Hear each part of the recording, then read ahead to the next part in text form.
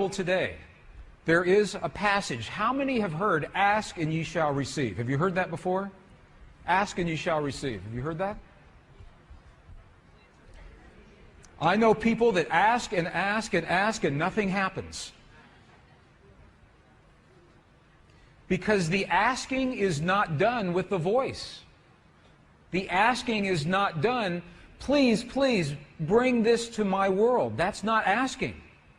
To ask, we must speak to the field, to the divine matrix, in the language that the field recognizes. In a language that's meaningful. The field doesn't recognize our voice, it recognizes the power of our heart.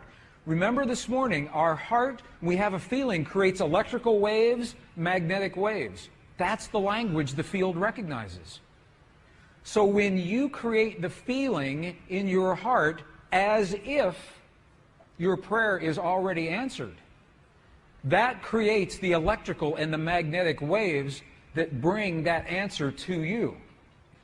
In the Bible that you have today, the King James Version, John 16, 23, 24, what you have is the condensed version. You have the edited version. The edited version looks like this. This is the edited version. Whatsoever ye ask the Father in my name, he will give it to you. Hitherto have ye asked nothing in my name. Okay? Ask and ye shall receive, that your joy may be full. Okay, this is the edited version. This is so amazing to me because they took out the two sentences that tell us how to ask. In the 4th century, when the edits happened, they took those two sentences out. Would you like to see those two original sentences? Okay, we'll go back into the original Aramaic and we'll look at a new translation. This is the original Aramaic. It begins, it looks very similar. So this is the retranslated version with the missing pieces. All things that you ask straightly, directly from inside my name, you will be given. It says, so far you've not done this, because if we ask with our voice, we have not done this. Now here's the piece that was edited. Here is what was lost. Look at these two very powerful sentences. Ask without hidden motive and be surrounded by your answer. Be enveloped by what you desire, that your gladness be full. Look at what it's saying. It's not saying to speak a word, it's saying to be surrounded, to feel as if. If you are surrounded, you are feeling as if your answer has already happened. Be enveloped. If you want the perfect relationship in your life, if you want the healing in the body of your loved ones, feel the feeling of what it is like as if that has already happened. Be enveloped by what you desire, because that is when your thought and your emotion become one. You think the thought of the healing in your loved ones, and you feel the love of that thought. They become one, and that is the language that this field recognizes. Does that make sense? Are you okay with that? You're going to see an example of this, another example here in just a moment. Ask without hidden motive. What does that mean? Hidden motive. Ask without judgment. This is precisely what the Buddhists are telling us. Ask without the judgment of the right or the wrong or the good or the bad. Ask without the ego. Ask from the heart. Is this meaningful to you? Is this helpful at all? Let me give you an example then. Because to be, if it says be surrounded, that means to feel as if. To feel as if. Now, if that sounds too religious, because it's from the Bible, We spoke this morning about Neville, the philosopher Neville, early in the 20th century. His book, The Power of Awareness. Look at what he says. It's the same thing.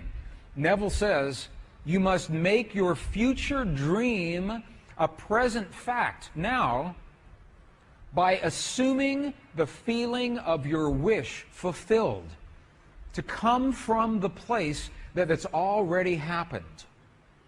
Now, this is what those practitioners did with that cancerous tumor. I want to just elaborate on this a little bit.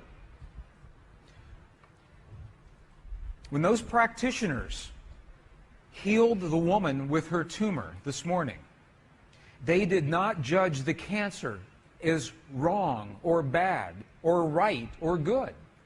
There was no judgment. They accept that tumor as a possibility, one of many possibilities, because in the quantum world all things are possible. So they didn't say, bad cancer, you must go away. Or we're going to operate on you, or we're going to use radiation on you. They didn't do that. They accepted the cancer as it was, without hidden motive, without judgment. And they said, now we're going to choose a new reality by feeling, assuming the feeling as if the woman is already healed. So what they did was they felt the feeling as if the woman was fully healed, fully enabled, fully capacitated, already happened. And the chant that they were using, wassa, wassa, loosely translates into the words, already done. Already done. And then when they got excited, they said, mate, mate, mate, means now, now, now. Not a year from now, not a month from now, not 5 minutes from now. Now, in the quantum world, now. And her body responded. It must. Physical reality must respond to the language that it understands. So in the Buddhist traditions, they are telling us the quality of the feeling. And in the Judeo-Christian traditions, they are giving us the instructions to be surrounded, to be enveloped, how to create that feeling. And when you put those all together, it's something that happens in our hearts, not in our minds. Feeling as if the prayer is already answered with no judgment and no ego, and feeling from the result. Feeling from the result as if it's already happened. Are there any martial artists here in the room? Karate experts?